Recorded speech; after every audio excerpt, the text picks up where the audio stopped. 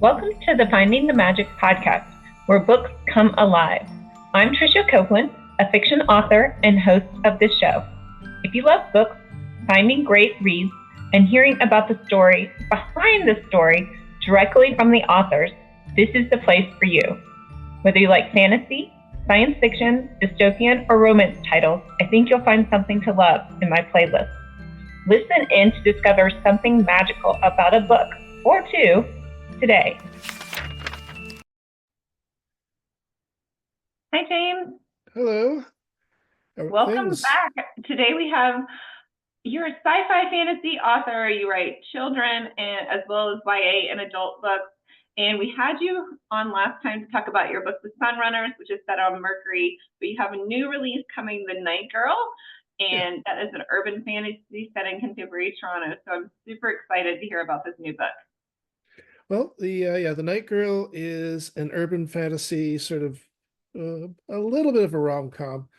The story is about the young one who comes to the big city looking for work and finds it as an admin assistant for an employment agency that looks for jobs for goblins and trolls. So, yeah, you could say her boss is a real troll, but actually he's a goblin, and that's okay. So, yeah, initially released this book with Roots Publications in 2019, and then Shadowpaw Press has taken it up and is re-releasing it with a new cover in on May 27. So, yeah, I'm looking forward to it. It's a favorite book of mine, and I'm a Torontonian born and bred, so it was a lot of fun sort of adding a paranormal edge to my old hometown. Oh, funny. Yes, so I've been to Toronto a couple times, so I know a little bit about the city. Take me into the world. So, do you humans know about trolls and goblins? No, that's the thing. As far as most humans are concerned, they don't really see that these people are there. Those that can pass as human do, and there is sort of a magical veil that the fairies have put in place that sort of keep humans from like looking too closely. So these groups um, are at the edge of the human economy. The fairies who are beautiful people tend to be the ones that benefit from the status quo, but they can't be themselves either. And the goblins and the trolls, who are more noticeable by their differences, have to sort of hide themselves away and sort of and have a harder time of it. So this quickly gets into issues of racism and marginalization and wanting to change and defeat the status quo, which Perpetua finds herself in the middle of. Perpetua is the name of the protagonist, Perpetua Collins.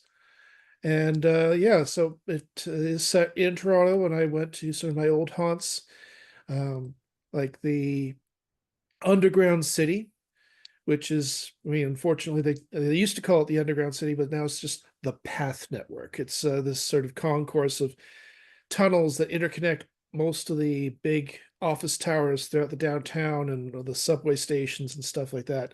Sees like about hundreds of thousands of people sort of moving through there during rush hour to escape the winter streets. And it's a huge, this is the largest underground shopping concourse in the world, uh, largest single underground shopping concourse in the world. Montreal's is a bit bigger, but there's actually three small ones that are not connected. So, yeah. And yeah, so it was fun to explore to add a paranormal wrinkle to my hometown and to re-explore my city. And is our protagonist a paranormal or supernatural fantastical being? Well, spoilers, but Okay, don't give that away then. well, too late.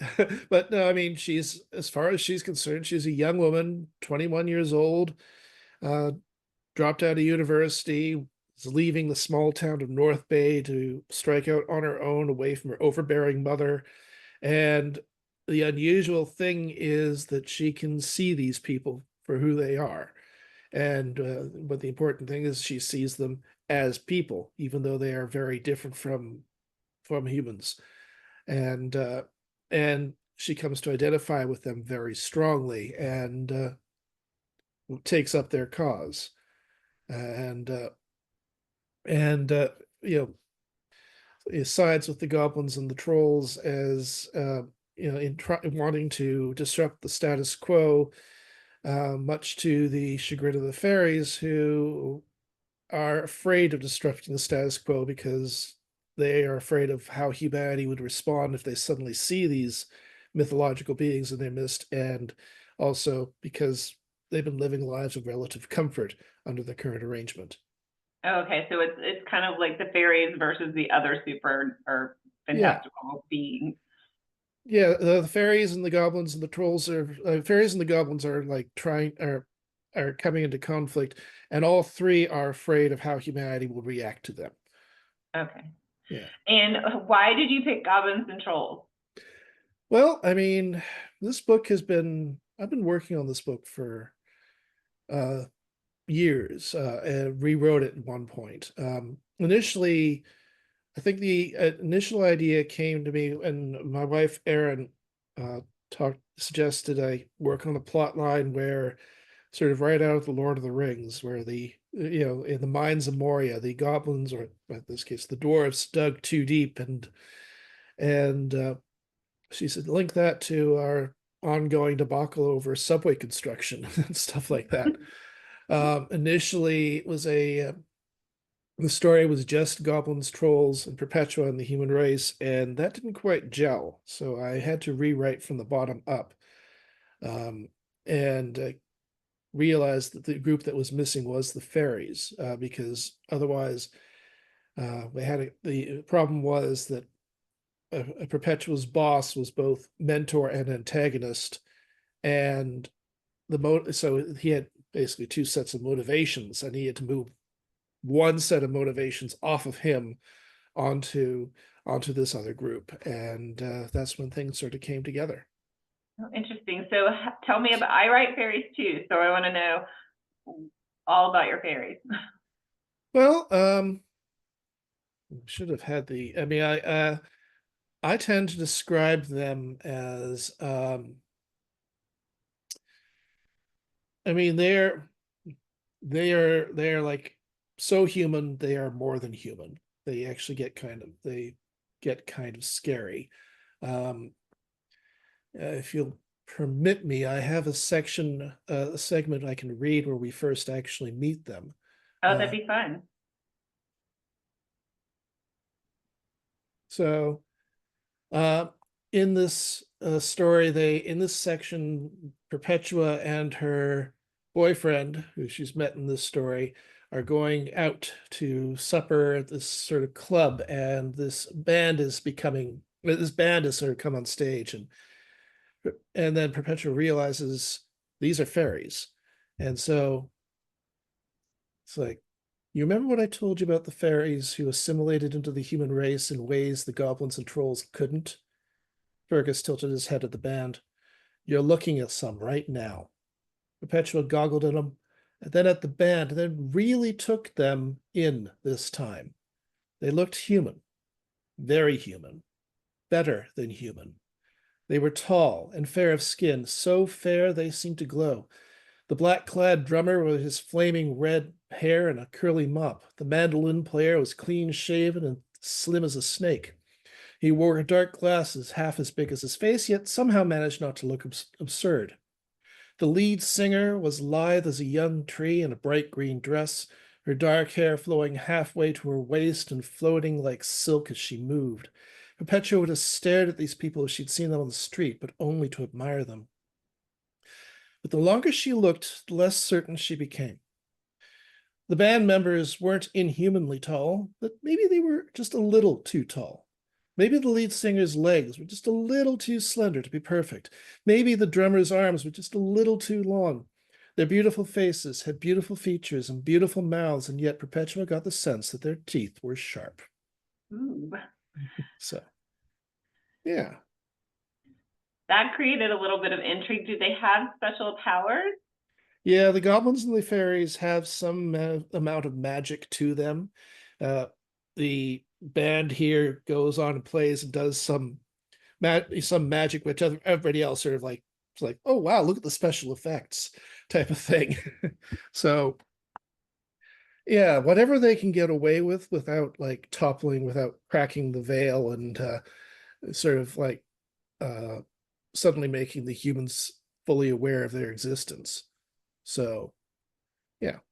Interesting. And so I'm guessing, do they have governing bodies that are like policing people that might get out of line or? Yeah, the fairies, there's a mention of the Society of Saint Brigid, who are sort of like the ones that are keeping everybody in line, and sort of they're the ones that get really antsy about because Perpetua's boss, TP or Earthenhouse, has, well, he's finding jobs for goblins and trolls, and he is actually succeeding. He's managed to, I mean, they one of the things they do very well is they hires them out as like gargoyles for art installations or to sit atop buildings. And trolls are really good diggers. So suddenly it's like this is why Toronto suddenly has a lot of new subways.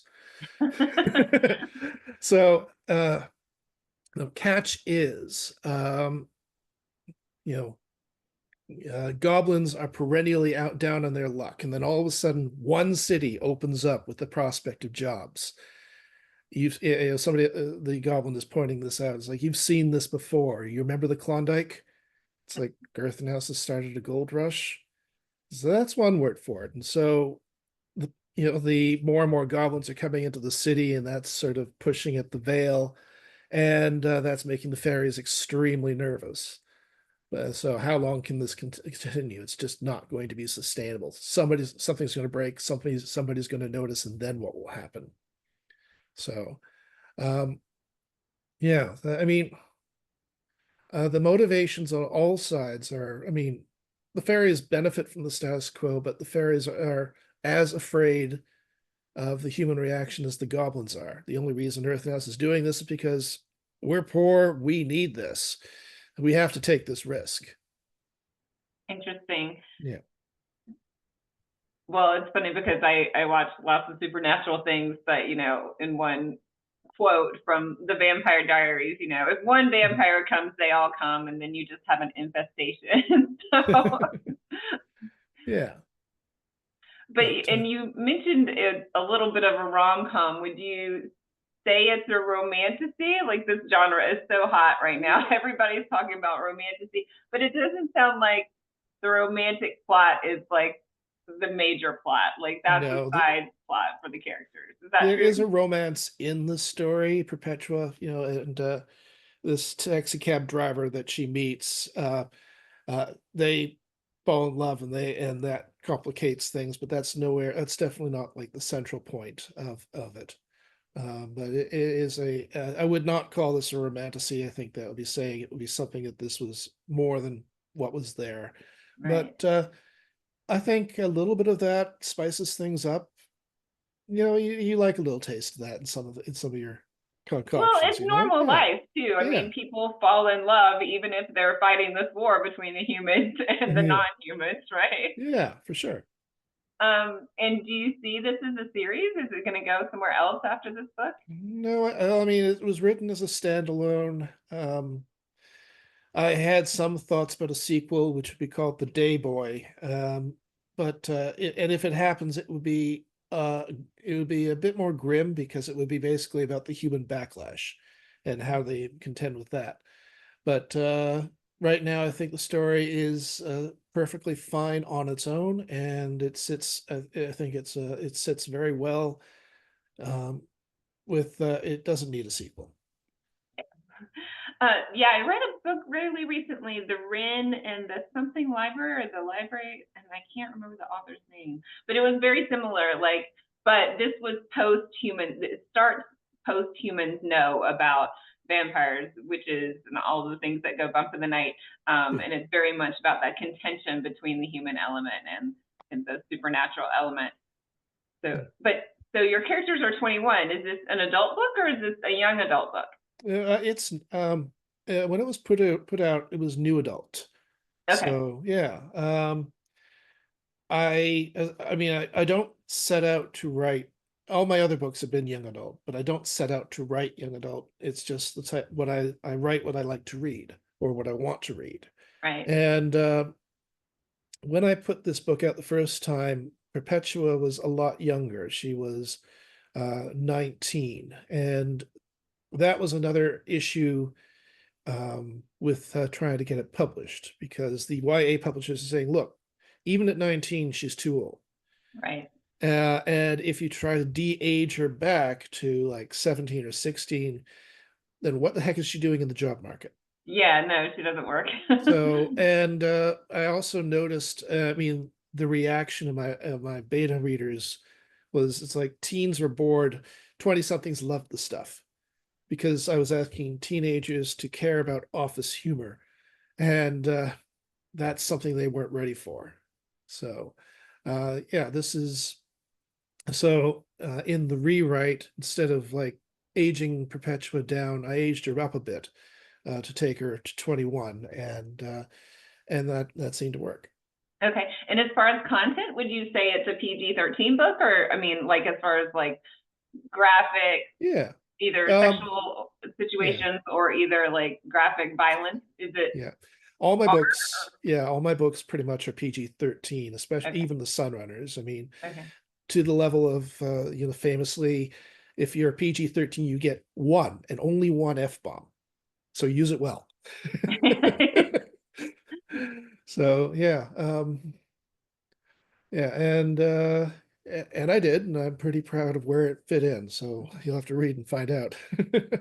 Definitely. Yeah, Sunrunners, I think we talked about that last time you were on the podcast. Do you want to just give us a little overview so people know about some of your other books too? Well, yeah, The Sunrunners was written after this, and it is also, I mean, YA, although there's sort of like two main characters, with the first one being Frida Koning, the crown princess of a Mercury latitude town who would rather be an engineer. She's 17, and it's coupled with a story of her grandmother uh, at the 50 years before, while she's facing off against the fact that the Earth has collapsed and leaving Mercury on its own and in serious need of facing serious food shortages. Adelaide, being a military officer, she's 23. So I do find, yeah, again, I didn't set out to be to write YA, but I do find myself sort of coming in at that boundary of Frida. This could come across as either YA or new adult crossover. Um, and I think, I mean, the fact that it's at the boundary makes it sometimes hard to market because publishers like want to say, if you're YA, your protagonist is going to be between 12 and 16, and these things have to happen. But I find there's a lot of energy on the boundary of things, where things are like changing one to the other, and you can play with elements of on both sides of the boundary. And that's sort of where the Sunrunners sits as well. Although it's with Frida being 17, it's definitely in the YA side. Fine. And yeah, I mean, she juxtaposed with her grandmother, Yeah, um, that, I guess in Frida's time is now older than 23 when she was first, I guess, coming into her position. I think she becomes governor or ruler or something. yeah, And is that how Frida becomes the next princess? yeah. Um, Well, the whole idea, I mean, the story is set in a world where Earth pushed the consequences of global climate change back long enough that they were able to establish solar systems across the sorry, I mangled that line. They were able to establish colonies across the inner solar system, and then the environmental catastrophe caught up with them and collapsed the civilization. meaning that there was no shuttle service, there were no supplies. Earth's spaceborne children were on their own. Um, in various states of self-sufficiency. In Mercury's case, not. In Adelaide's time, she's a military officer who has to come face up against some very cold equations about how to handle the fact that 2/3 of their food supply is gone, and they face starvation and a breakdown of order. And she manages to hold things together and ends up sort of wearing a wrought iron crown as the stadtholder, the term being, it's a term meaning steward, as opposed to a queen or a king, somebody who's like in charge until somebody more appropriate can come along. This is supposed to be a temporary thing. 50 years later, Adelaide's daughter, Queen Beatrix, is now the leader of that town. So things have, temporarily become permanent in some ways. And Beatrix doesn't actually want to be queen, but she is doing this because as a favor to her mother. And she takes on the royal title because it's like, if I'm going to be a queen in all but name, I'm going to take the name. And incidentally, I'm calling you Dowager. So, and Frida is born and becomes a crown princess as a result. And Frida's story starts when an accident takes one of her arms and a portion of her other hand, and also kills her mother. So suddenly she's a young and vulnerable queen, and her grandmother has to come in as regent. And so there's some conflict there, especially when the Earth comes out of its silence, makes contact with Mercury again, and saying that we're sending a ship to reestablish contact with you. And Frida would love to end Mercury's isolation, but Adelaide is suspicious of why the Earth is moving so fast, and suspicious and worried about the other towns on this planet willing to accept the Earth's help without question. So that's the conflict in Frida's side of the story. Right. Yeah. That's, yeah, I can't, right. I mean, there's so much to wrap your brain around there, right? Like, yeah, why is Earth coming back? And Yep. do we trust them? And how far do we go? But then Adelaide has all this history that would obviously not cloud her judgment, but put her judgment one way or the other, right? Yeah. I mean, she has issues. She may be right. Yeah, that's the right. Yeah. It's like So you can why be do you both think you're drawn? Sorry, go ahead. saying you can be both paranoid and right at the same time. Yes, that's true. Why do you think you're drawn to this young adult, or new adult age group? I find, well, I mean, a lot of some of it's what I grew up to reading, but I find the whole coming of age story is a very powerful tale, um, and it is fascinating to watch people grow into themselves. So I really am a stickler. I really enjoy it when I see these people sort of like face these challenges and then come away with it saying, with a better understanding of who they are and who they should be. I mean, I find that very, very warming and fascinating, and I mean, I wonder if you see your books as your children. So I'm wondering if there's a little sense of that as well. You want to see your children grow up and become these people, their best selves, and that maybe there's some of that in terms of why I end up writing that type of story a lot. That's interesting. Yeah, somebody asked me the same question a little bit ago, and I was like, huh. But that's another aspect. My kids are like 20, 22, on that cusp of like, what are they going to do next? So, and I've been writing since they were young. So Yeah. I didn't write before I had kids. But interesting, yeah. So, and also I noticed most of your protagonists are female protagonists. Has that been a hurdle for you, or do you bounce things off your wife or other people? It's the way it's fallen out. It's the way it's just sort of set up.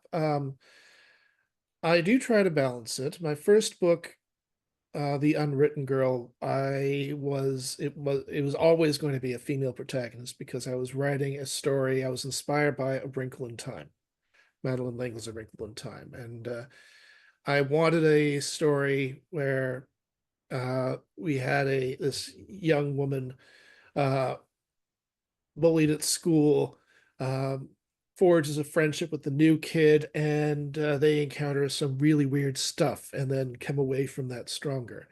I really enjoyed reading A Wrinkle in Time and seeing the chemistry between Meg Murray and Calvin O'Keefe. And the sequel, Wind in the Door, they are 4 years older, and their friendship has drawn them a lot closer. So much so that really they know at the back of their minds that they're falling in love, but that kind of freaks them out a little. And I liked seeing that, and I wanted to see what the next step was. And the next stage is Swiftly Tilting Planet, where Meg is 24, married, and expecting her first child. And I was like, Madeline, you missed a step.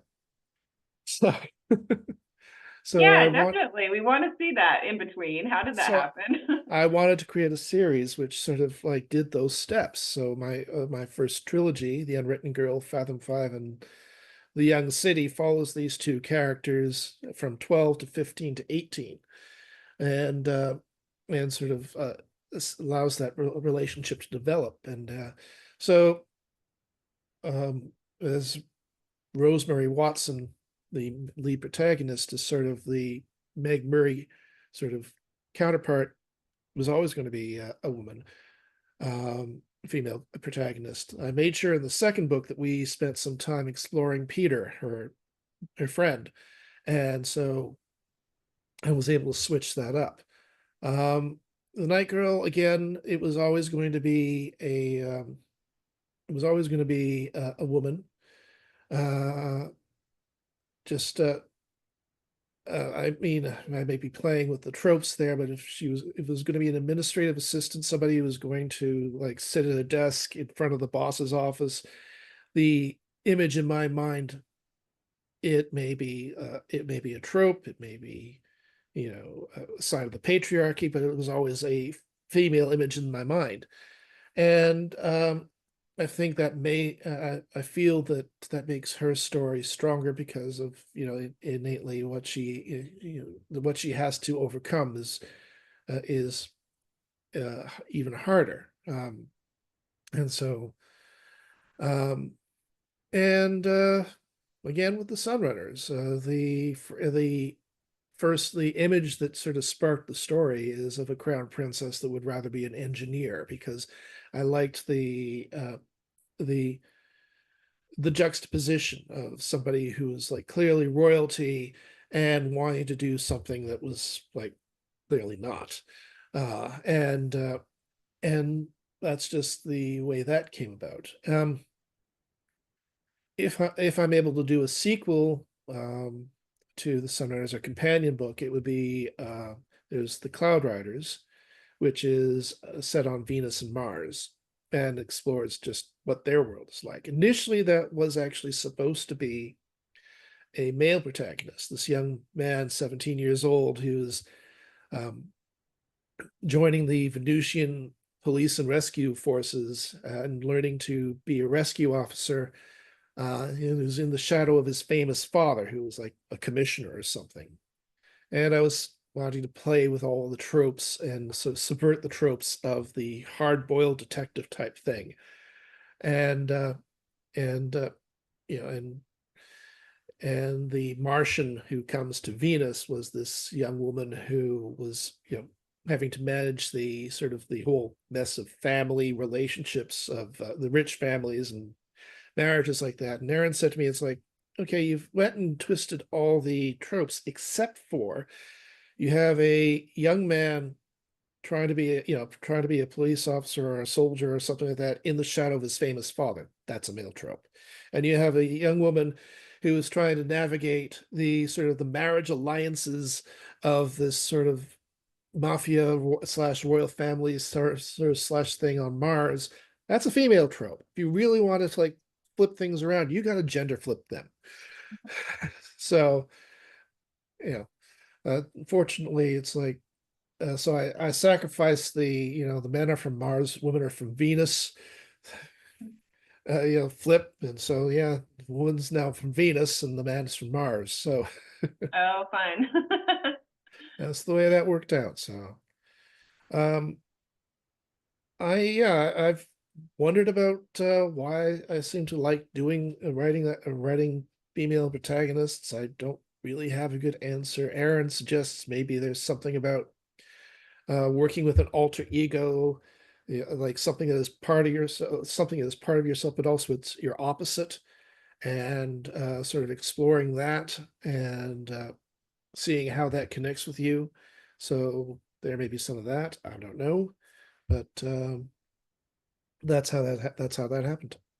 Right. I can see that. I mean, sometimes making a character female makes them a little more vulnerable in a lot of situations. So it makes the stakes a little bit higher, maybe makes their challenges a little bit greater, the bar greater.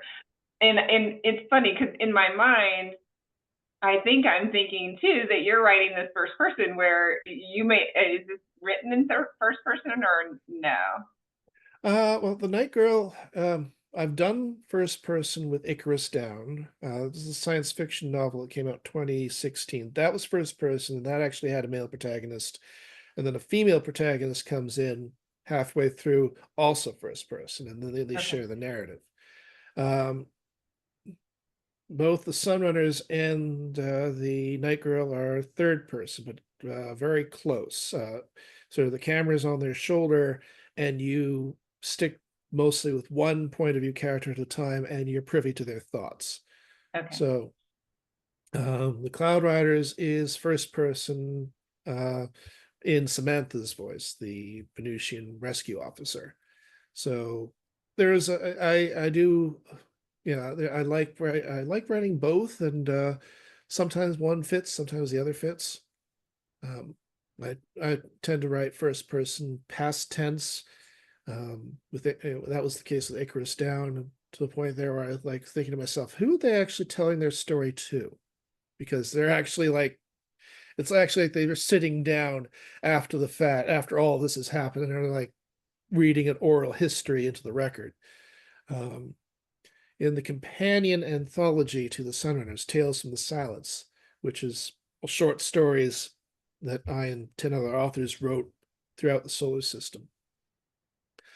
The first story I had written, The Phases of Jupiter, I tried first person present tense. So it's like we've got Sylvan's voice, uh, and um, and they're sort of telling the story as it's happening to them, and that was interesting. I'm not sure how I hope it works out. I'm not sure if I'm going to go back to that, but it was a fun little experiment. Right. With those short stories, I think that's a good way to like dip your toe into Yeah. writing a different point of view or present or past tense or different types of characters. Because I traditionally did my first books were all first person past, and then I switched to first person present. And and then just one of my short stories I did was third person. It was very different ball game to me, so Oh it was yeah. really hard to flip my brain there. Hmm. Growing as an author. Yeah. So the Night Girl comes out in May Yep. 2025. What do you have coming up? And you said the Cloud, sorry, Cloud Cloud. Riders. I'm working on a third draft of that.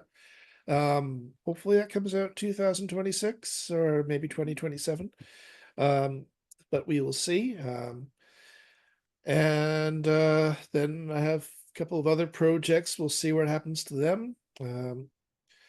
I guess Curator of Forgotten Things is sort of science fiction in the near future after all the jobs have been automated and how people respond to that.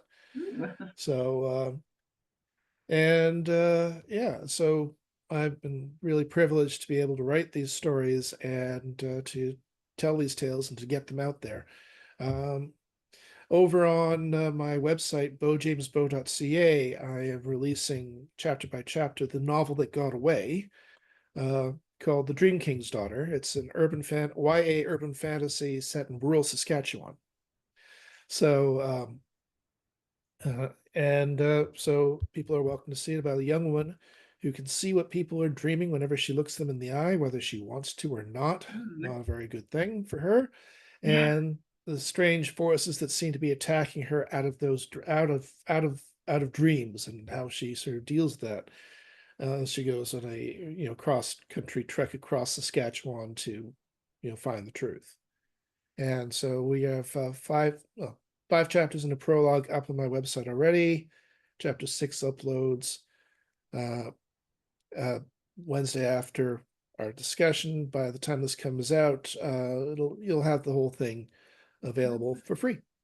Oh, wow, that's great. Yeah, so we will definitely have the link in the description so people can go to your website and get the samples of your writing, and so much fun stuff to get through.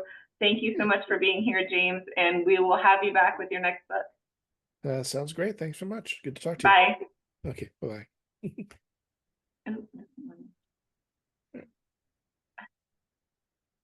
Recording stop.